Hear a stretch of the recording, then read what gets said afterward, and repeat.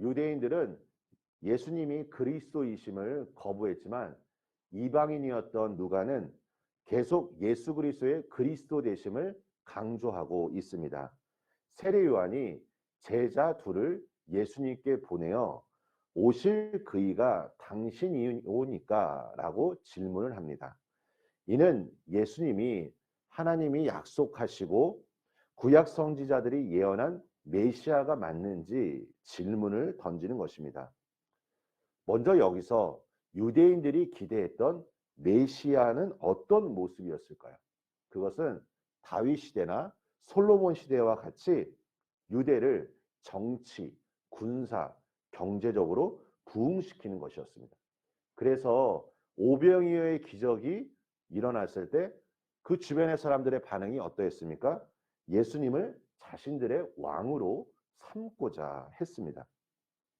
오늘 본문에서 세례 요한의 질문 또한 동일합니다. 자신이 생각했던 것과 메시아 사상이 맞지 않은 것 같아 이와 같이 질문을 던진 것입니다.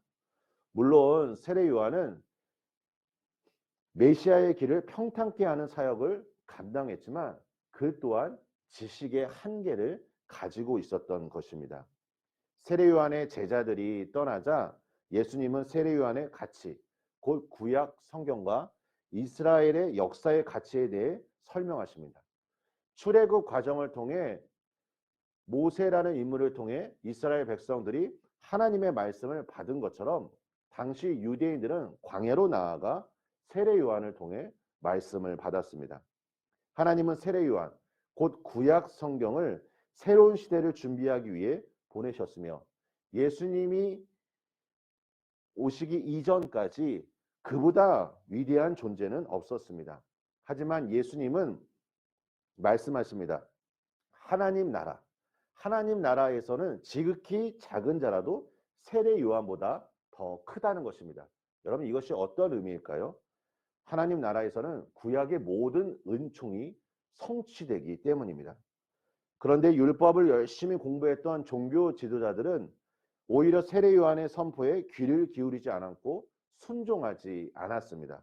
오히려 세례 요한은 금욕적이며 또 귀신이 들린 자였다라고 말하고 예수님은 먹고 마시기를 탐하는 자라고 비난하고 있습니다.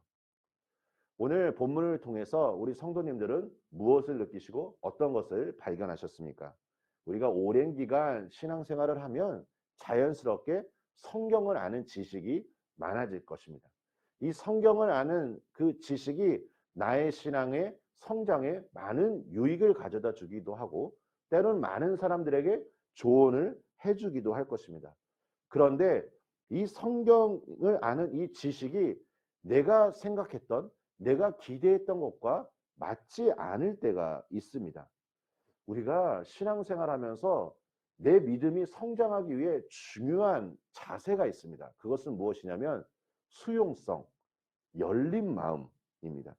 내가 가지고 있는 생각이 하나님의 뜻과 맞을 수 있고 더러는 어떤 경우는 나의 생각과 하나님의 뜻이 다를 수도 있습니다.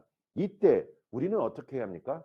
내 생각을 내려놓고 마음을 활짝 열어서 주님의 말씀에 귀 기울이는 것이 중요합니다. 고린도전서 13장 9절에 보면 우리가 부분적으로 알고 부분적으로 예언한다 라고 말합니다. 오늘날 이 시대 그리고 과거의 역사를 통해 아무리 위대한 영성을 소유한 인물이다 할지라도 그 또한 하나님 나라 안에서 지극히 작은 부분만을 알고 있을 뿐입니다. 그래서 우리는 늘 겸손함을 가져야 합니다.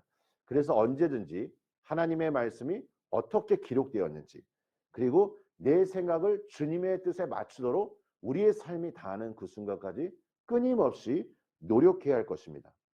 예수님을 알지 못했던 종교 지도자들의 모습은 어쩌면 우리의 모습과 동일할 수 있습니다.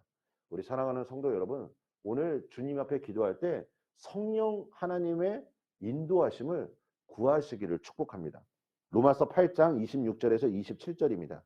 이와 같이 성령도 우리의 연약함을 도우시나니 우리는 마땅히 기도할 바를 알지 못하나 오직 성령이 말할 수 없는 탄식으로 우리를 위하여 친히 간구하시니라. 마음을 살피시는 이가 성령의 생각을 아시나니 이는 성령이 하나님의 뜻대로 성도를 위하여 간구하심이니라. 아주 중요한 두 가지를 말씀해 주고 있습니다. 우리가 마땅히 기도해야 할 기도 제목이 있는데 우리의 지식이 부족해서 기도하지 못할 수 있습니다. 이때 우리가 성령 하나님을 의지하고 성령 하나님을 구할 때 마땅히 기도할 바를 성령 하나님께서 우리 자신을 위해 간구해 주신다는 것입니다. 두 번째는 무엇입니까? 성령이 하나님의 뜻을 아시고 하나님의 뜻대로 우리를 위하여 간구해 주신다는 것입니다. 그래서 우리 오늘 이 시간 단 한 가지, 성령 하나님, 내가 성령 하나님의 그 인도하심을 구합니다. 나의 기도를 하나님 이끌어 주시옵소서. 삶이 다하는 그 순간까지 우리는 기독교의 핵심인 복음과 예수 그리스도를 더 깊이 알아가야 할 것입니다. 예수님을 더 많이 경험하시고 예수님과의 그 친밀함이 더 깊어지시기를 간절히 축원합니다. 요한복음 15장 15절입니다. 이제부터는 너희를 종이라 하지 아니하리니 종은 주인이 하는 것을 알지 못함이라. 너희를 친구라 하였노니 내가 내 아버지께 들은 것을 다 너희에게 알게 하였습니다. 예수님과의 친밀함이 깊어진 사람은 예수님께서 아버지께 들은 것들을 우리에게 알게 하여 주시겠다라고 말씀합니다. 우리가 신앙생활하면서 승리할 수 있는 유일한 비결은 하나님의 뜻을 온전히 아는 것입니다. 사랑하는 성도 여러분, 오늘 이 본문 말씀을 통해 성령 하나님을 다시 한번 의지하고 성령 하나님의 도우심을 구하시기를 간절히 축복합니다.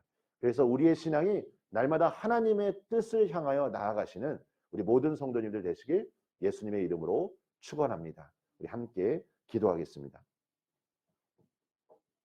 하나님 아버지, 오늘 우리의 눈을 열어 주시옵소서. 우리의 귀가 하나님의 음성을 듣기를 간절히 소망합니다. 우리의 마음에 하나님을 아는 그 지식의 빛을 비추어 주시옵소서. 아버지 하나님, 내 안에 있는 모든 어둠들 물러가고 오직 하나님의 그 영광만이 내 안에 비추어 주시사, 아버지 하나님, 우리가 세상을 향하여 나아갈 때 주님 맡겨주시는 사명을 향하여 우리가 순종하며 나아갈 수 있도록 주님 축복하여 주시옵소서.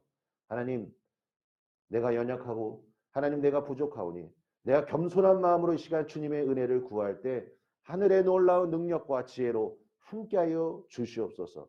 하나님, 오늘 우리 성도님들의 삶의 여정 가운데 꼭 필요한 기도의 제목이 있다면 하나님, 우리는 알지 못하지만 성령 하나님께서 하나님의 뜻대로 간구하실 때 놀라운 응답의 역사가 우리 성도님들의 삶의 현장 가운데 일어날 수 있도록 주께서 축복하여 주시옵소서. 예수님의 이름으로 기도합니다. 아멘.